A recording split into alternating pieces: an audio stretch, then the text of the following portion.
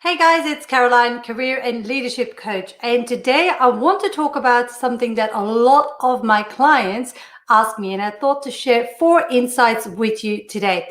And the question is, of course, what to say in a coffee catch up with someone in my network, and definitely when you're looking for a job. And this is something that a lot of people struggle with. What do I say? Where do I go? Because I haven't really touched base with that person in a while. And so now I'm reaching out and they want to meet up with me. That's fine. But how do I get information out of them and ask them maybe if there is a job, or maybe like can position me for a job that I've seen on their website? Whatever it is, you want to position yourself the right way so that they refer you, because there is something really powerful in having an internal advocate. We all know that companies spend a lot of money and resources on developing a referral program and rewarding their own employees to refer people. So we want to capitalize on that. So what do you say? How do you go about it? Somebody said, yeah, sure. Want to go and catch up for a coffee. So what's next? So like I said, there are 4 key things. And the first thing that you need to do is basically do your research.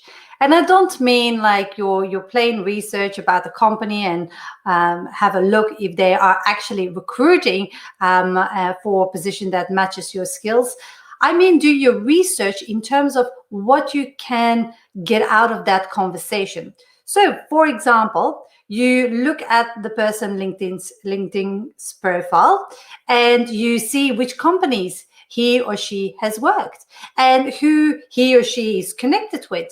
And so besides actually positioning yourself to be good for a job that they have, you also want to take the opportunity to expand your network. Now, this is really critical and important. So I'm going to repeat that. If you do the right research and you come across like organizations that they have worked in that you're interested in, or they have contacts already like that you want to connect with, then take that information and prepare yourself to go in a meeting with that. So you can have a meeting with a sole objective, like, okay, I want to get a job out of it. And that is very unlikely unless you know there is a vacancy. You have to really take a step back and say, like, look, what I want to do is really, of course, build relationship.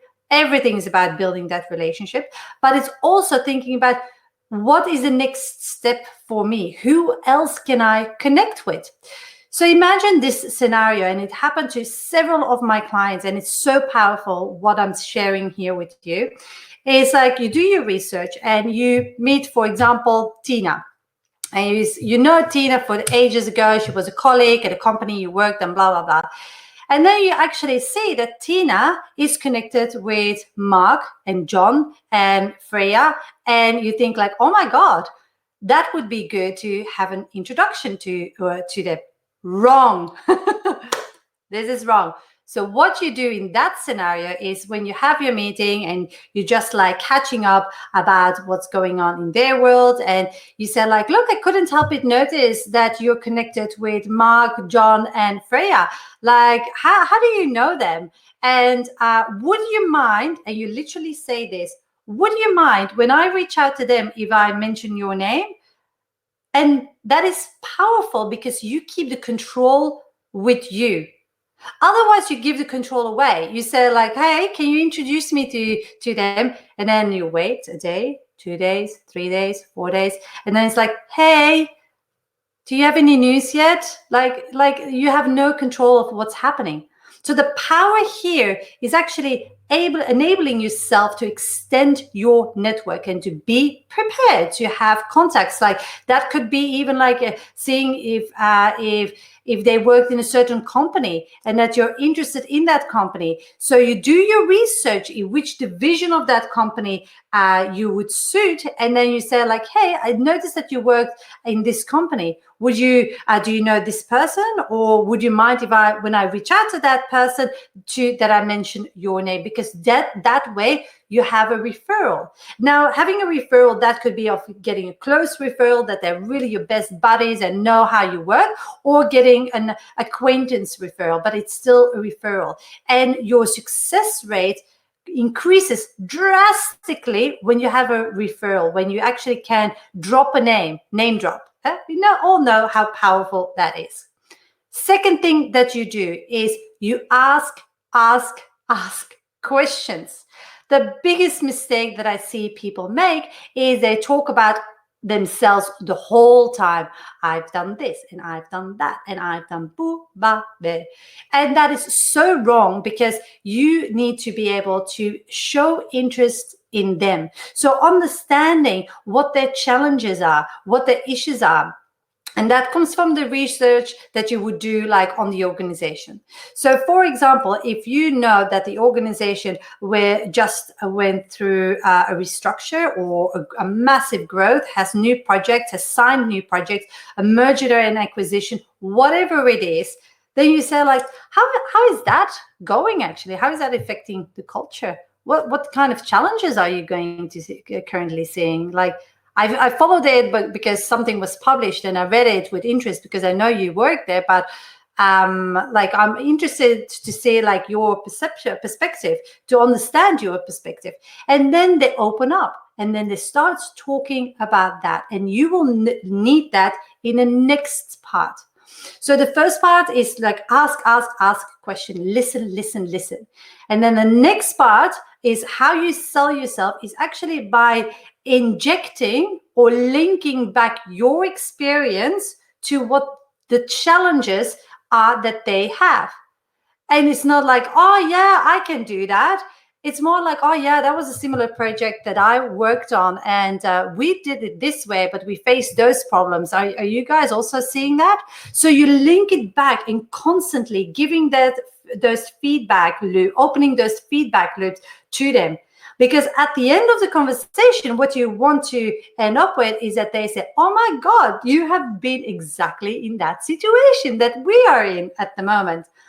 And then the conversation can go two ways, because sometimes you meet up with somebody for coffee that is not the decision maker, that's more a peer. So they can then refer you to the person that is basically looking after that division, or they can refer you internally. And at the end of the conversation, when you build rapport, you can say like, look, actually, I didn't want to catch up to get a job out of it, because it's almost asking a girl to marry you on the first date if you don't meet that person. So you can say like, look, I wasn't actively approaching you for a job, but now we're talking and now I understand better your business. I am in the market and exploring opportunities. So if you know of anything in the organization, I would be more than interested to continue the conversation. And that's a very soft approach in terms of saying like being pushy and salesy, because you add value to the conversation, because they feel suddenly that you can contribute, solve or help or support or whatever it is, their problem. And then there is the fourth element. That's really the bow around the package, or how do you say that? Doesn't matter. It's the end, it's cherry on the cake, whatever it is.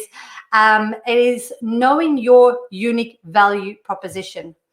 Now, that unique value proposition is so important, that you know your strengths, that you know how you want to position yourself and what you're looking for. So before even starting to talk with anybody in your network, even before applying for any job, you need to know your unique value proposition. And I speak to so many people, and I have spoken to so many people, that when I ask, what is your unique value proposition? They give me just a generic statement that everybody would say. but that is not going to set you apart. So you have to come up with what is your unique value proposition and how you can market that, because that will make it so much easier for somebody to refer you, whether it's internally or externally. Because if you just say like, oh yeah, I'm a marketing director, I'm a sales director. Yeah, okay. You can do a lot of things in marketing. Then you can do a lot of things in sales. Are you an international sales director? Are you an international marketer? Are you specializing in local? Are you specializing in franchisees? What is it? And then you build out your unique value proposition, because a one-liner is not good enough. So you need to actually think about, how do I want to position myself? Because that way, when you network with people, whether that is in a coffee catch-up or a networking event or whatever, what you do is you establish yourself as, I am good in this and I can solve that problem, and this is how I do it. So you give them ammunition to basically refer you. So, for example, if you're meeting up with somebody that is not in your line of industry, but works at a company or is in your network and works for a company that you want to work for, yeah, like over time or directly, whatever. And what you then need to do is to make sure that you are able to give them an idea so that they think of you whenever that problem comes. And that's the key. That's the link. It's not easy. Like, I work with so many people on refining that unique value proposition and making sure we nail that so that they are comfortable talking about that to other people and know how to introduce themselves. Because that person, they might go somewhere else and they might actually, I know this person, he can do that or she can do that because this is what she has done before, solving that problem, and they don't need to have worked with you. One of my clients actually just had that exact thing happening to him, because basically it was very clear. He spent the time on a catch up with somebody. That person referred him to another person in another company. And so that's how he got an informal interview. He met a hiring manager before even like the whole interview process came official. And that's how you create opportunities. But basically, you need to put yourself out there and you need to take the first step in identifying what makes you you. And if you skim over that, then all the rest will be lost, because applying for jobs won't work. Going for interviews won't work because you can't sell yourself, because it's basically it. You're selling product you. So you can't sell yourself and you can't really capitalize on networking opportunities, on really like gaining momentum in your network.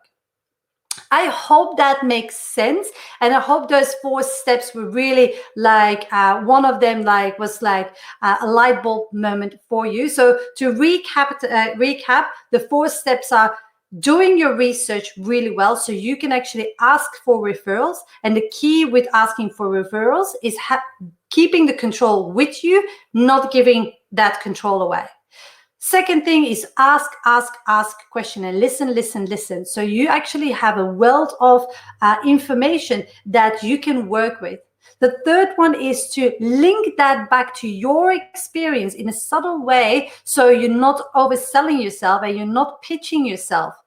And the fourth thing is knowing your unique value proposition, knowing what makes you you, so you can actually introduce yourself, or if they ask you like, hey, Caroline, what have you been doing? Then you can actually pitch yourself in the right way so that they actually, in the back of their minds, they remember that.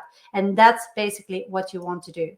So if this video resonated with you, give me a thumbs up or put a comment below if you agree, if you have any other tips and strategies or insights that you want to share with everybody on LinkedIn. And if you know somebody that needs to hear this message, please forward or share this video or live stream. Now, another thing, if we are not connected, if you came through across this live stream by accident, connect with me. for a fact, I'm a big believer in networking, and the more people I can reach through LinkedIn with my message, the more people or the more careers that I can help transform by sharing my knowledge and my expertise. And so then the second step, if you are actively looking, and if you say like, look, my resume is not getting me anywhere, and that unique value proposition thing that you were talking about interests me, go and download my free resume template. So it's a 6-figure resume template, and you can find it. The link is, I will pop the link below this live stream also. And what it basically tells you is it's not just a template. It's going to tell you exactly what to put in each section. And it's also going to talk about the 5 sections that are non-negotiable, that I know work. And this template is not a template that I created. I wish I did, but it's just like what I've seen working over the many years working in the recruitment and the HR industry. So go and download that template. See how it matches up to your resume. And that template works as well for my clients in the US, in Europe, or in the UK, or in Asia, or here in Australia or New Zealand. So it doesn't matter where you're based. This template talks about what's behind the resume rather than just like the pretty format that you have to follow. So if you want to take one step further, and if you're really like almost like pulling the alarm bell and saying, SOS, I need help, what I want you to do is book a strategy call in with me. So you can go to newhorizoncoaching.com.au/call. And we will have like a 45-minute strategy breakthrough call. And on the call, it's going to be very simple. It's going to be zooming in, understanding what your current challenges are that you are facing in your career and in your job search or in your job in general, where you want to be, what's holding you back. We map out a little strategy so you get an understanding of how to go from one place to the other place. And then at the end of the call, if you say, Caroline, I want you to help me implement this plan, then we can do that. Otherwise, I'm very sure that you have spent the best 45 minutes on your career, understanding key concepts and understanding those takeaways. So I know that was a lot to process. So let me know what your biggest takeaways were from this live stream. I would love to know. Pop it in the comments. Was it doing the research? Was it the ask, and listen? Was it really linking that back and inserting your the way you can sell yourself by linking your expertise to their problem? Or was it creating your unique value proposition so that they can refer you within the company or externally? All right, I hope this helped, and I will see you in the next live stream.